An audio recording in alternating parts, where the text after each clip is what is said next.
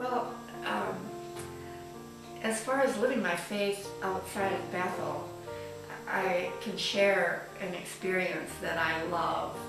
And that was one of the first years that I was here, and I went to a Lenten tryst when it was still at the Presbyterian Church. And after the meditation, we went downstairs for coffee. And as I was standing in the stairwell, the crowd was moving to get into the basement for coffee. I was looking around because I knew very few people. And I did see one table where I recognized there were several Bethel women sitting there.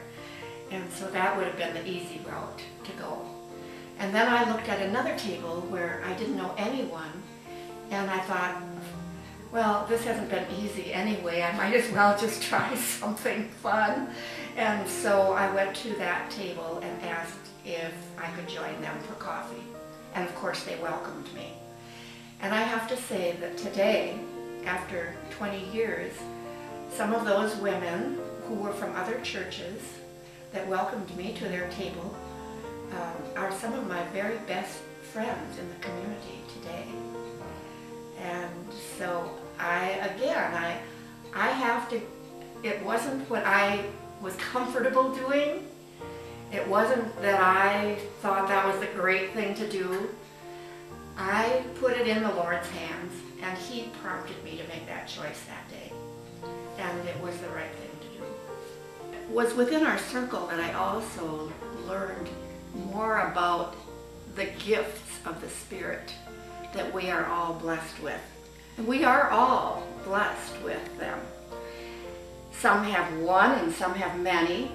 Some are more showy, outstanding, and some are kind of hidden, but they're all there.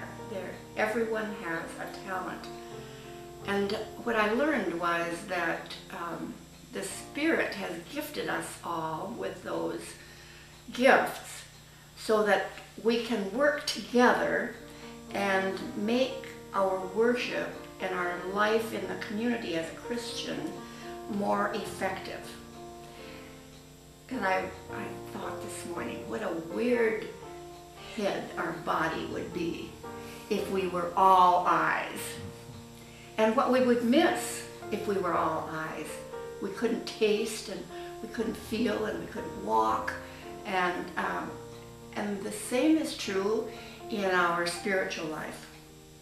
At Bethel, we need to each be able to claim what those gifts are and then figure out how we can use them to make our church even better. It's good now, but it could be even better perhaps if we take the challenge that they're asking us to do now and be honest about how we feel about worship and music and gathering, and then say to ourselves, how can I use my particular gifts to make this happen?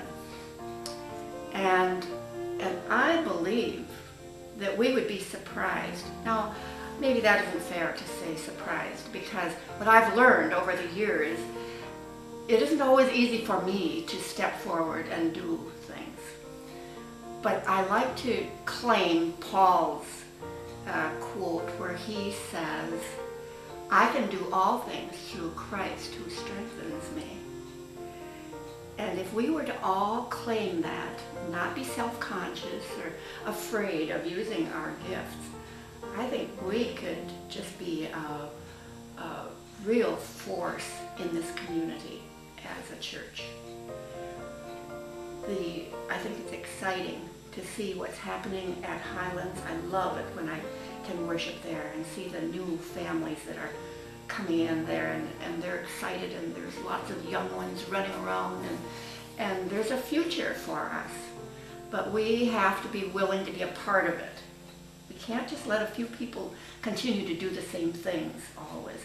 We have to claim our gifts, put it in the hands of the Lord, and say and believe that I can do all things through Christ who strengthens me.